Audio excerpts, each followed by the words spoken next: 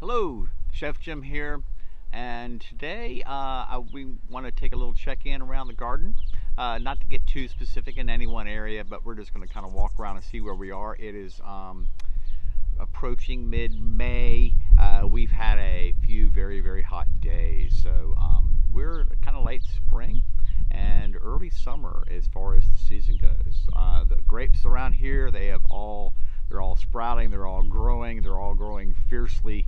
The county, for the moment anyway, is green for springtime. So we're going to take a quick check-in and see how things are and kind of update everybody to what we have planted and what we have plans for this summer as far as the garden goes. So just kind of a quick recap. This is our third year in this house. We are in Cloverdale, Cloverdale is in northern Sonoma County in the northern part of California.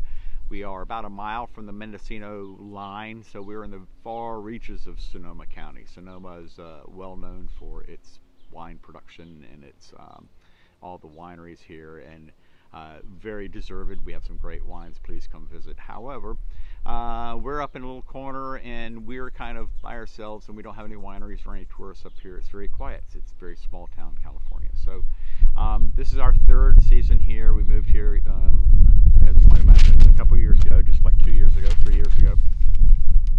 And this year is already starting out to be a drought year. We had very little rain this winter. We've had almost no rain at all this spring, and just little sprinkles here and there. And so we've already had some 90-degree days. So it's already gotten very hot.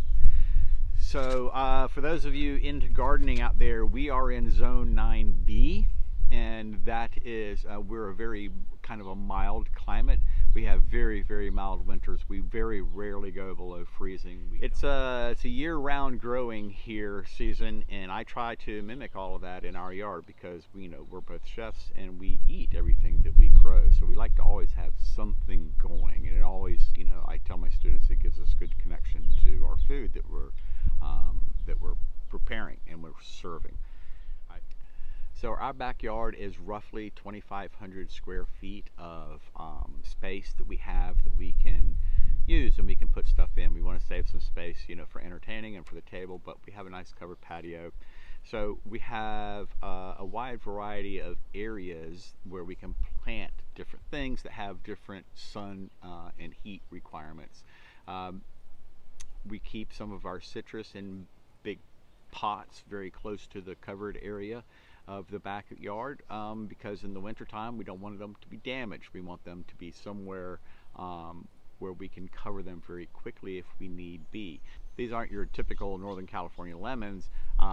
What we have here are Kaffir limes, and we also have an Australian finger lime. And both of these, they'll grow here just fine, but they don't put up with really very cold temperatures, even approaching freezing. They just don't like those cold temperatures. So we keep those in pots, and we keep them so that we can move them. And we keep them in an area that if we don't get to them quick enough, that the patio helps to cover them. So we've planted in a variety of, we have some raised beds.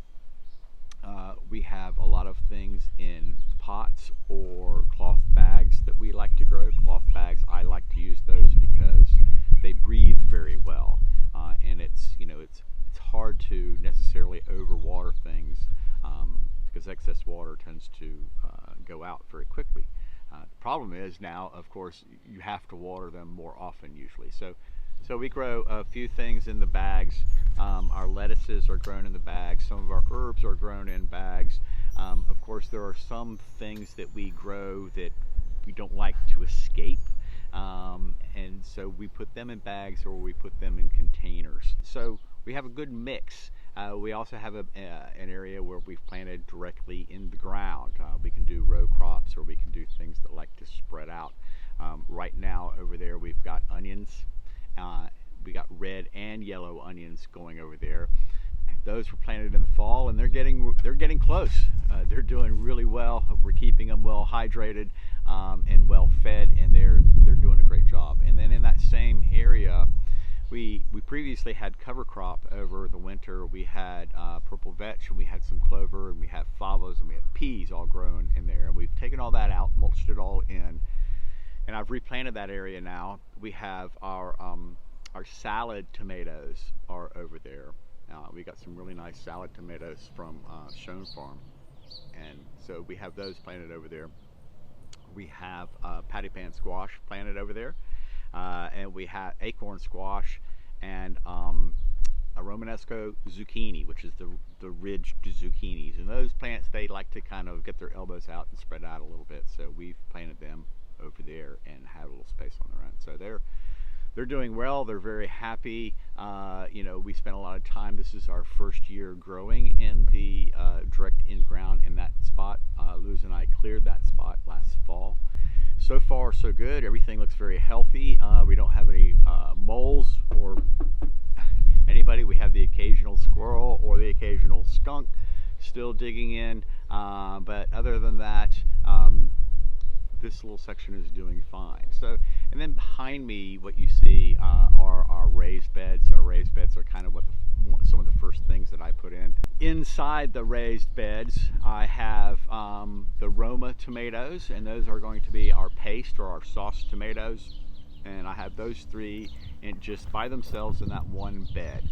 And they are against some scaffolding that they can climb, or they can be pinned against or held up with. So, and then we have some eggplant. Last year we grew eggplant and we grew globe, and they did okay. They didn't do great, they just did all right. They produced a handful of eggplant. They were tasty enough, but they just didn't really do great.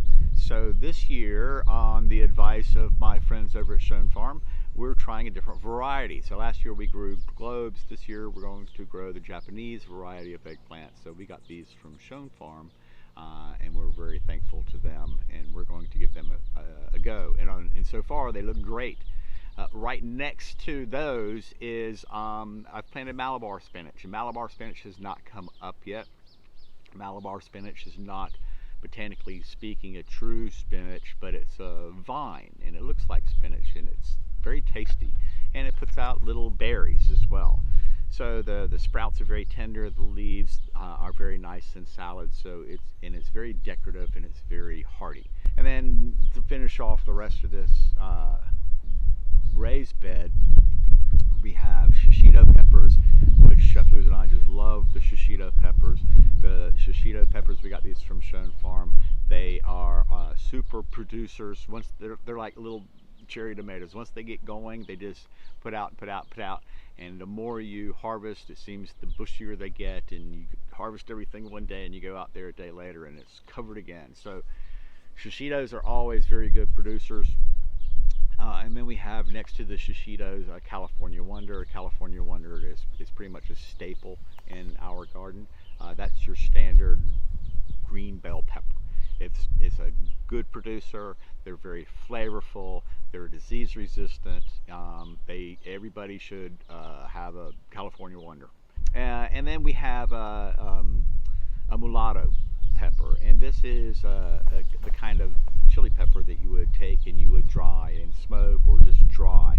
And it's one of the peppers that we use when we're making classic mole. So we have those. We're still kind of on the hunt. I know it's a little late in the season to be still buying starts, but we just haven't really found the other pepper starts that we like from the places that we trust. So that's all we have so far as the peppers go. And then kind of over my other shoulder is one of our big areas that we have for the birds. And in there we have also edible stuff, of course. We have strawberries are in there, a couple varieties of strawberries. But all the flowers are edible. There's a number of kinds of flowers, and they're really starting to bloom really nice now. We replanted borage this year. That should be putting out some really nice blue flowers somewhere around the 4th of July, and which is good timing because you can decorate red, white, and blue cupcakes and do all kinds of stuff with the blue flowers, and they're edible. They're really nice. So we have those. And also in there, of course, we have a lot of mint that's fairly invasive, so we kind of like to keep the mint in check a little bit. But we have a good mix of other things in there. So this is one of our border areas, and it's mainly for the birds and the bees.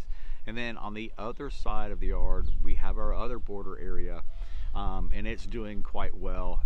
It took me a couple years to kind of dig out the corner and trim up this cypress into a shape that's workable and is not hiding nests of creatures underneath it. It was really completely impenetrable when we moved in, and now it's really turned out very nice, we think. So this is another area for the birds. They have good shelter. We put food and water in here and there, and it brings them in droves. They just love it in there, and they spend a lot of time in there. And then right adjacent to that is this ancient rosemary that we've had forever. Always a good producer, very flavorful, very aromatic. One of the first things that puts out flowers in the springtime. And then next to that is a Japanese honeysuckle that I rehabbed. And it was kind of, we weren't sure what it was, and it was all overgrown with another vine that now I've completely cut out. So it's come back, its third year, it's really feeling good, and it makes the yard just smell amazing. The lavender, Lou's put in lavender last year, and so now the lavender has had a year to kind of set its roots and find its way, and the lavender's doing really nice and putting out some great flowers. The bees just are here all the time. And then of course in this area we have a fruit. We have this really very delicious blackberry. This thing puts out some amazing fruit. We were so happy with this particular plant. It was one of the very first things we put in. I put in the grape that I'll show you in a minute, but we put in this blackberry. And this is a thornless variety of blackberry, and it really is, it puts out huge thumb-sized berries that are super, super sweet. And to just take one off the plant and go inside and wash it and eat it without it ever having gone in the refrigerator or sitting out or anything like that is one of the great simple pleasures, I think, of having a garden, of being able to do something like that. Then in the same area we have some lime balm. You may have heard of lemon balm. Lemon balm is often confused with mint. And then we have our herb area. We always try to have seasonal herbs in here and cooking herbs. We have a couple different kinds of thyme. One is an English thyme. One is a lemon thyme, which has nice lemon scents to it. We have oregano. We have marjoram. We have summer savory. We have this great purple fennel, Italian parsley. You know, we just have a little bit of everything. We find ourselves out here in this area of the garden quite frequently when we're cooking, even in the wintertime. This part of the garden is just, there's always something in here that we can harvest, that we can use inside. And then you can see right behind it is we have our grape. This was really the first thing that I planted when we moved here. We went down to the Cloverdale nursery down the street, and it was the dead of winter, and I found this poor little stick, and I planted it, and we waited, and it didn't do anything, and then we thought, it's not going to bloom, and then it was a late bloomer. But this year's doing very well, and this year, since it's the third season, we have grapes on it for the very first time this year. So we're excited that this Thompson grape has some grapes on it. We're going to get some fruit off of it, and we don't have to end up just taking the grapes off the vine on the fence that actually belongs to our neighbor, but she doesn't. They're on our side of the fence. What are you going to say? And they're delicious. So it's either going to be us, it's going to be the birds, so it's going to be us, and occasionally the birds too. So so that's pretty much the yard in a nutshell. Thanks for sticking around till the very end. If you like what you see, please follow me on Facebook. I am Chef Jim Cason on Facebook, and on Instagram it's Prop Chef, PROPCHEF. I'll put a tag at the end. So if you like that, follow me, send me a message, say hello, and tune in for some of my cooking videos where I use these ingredients.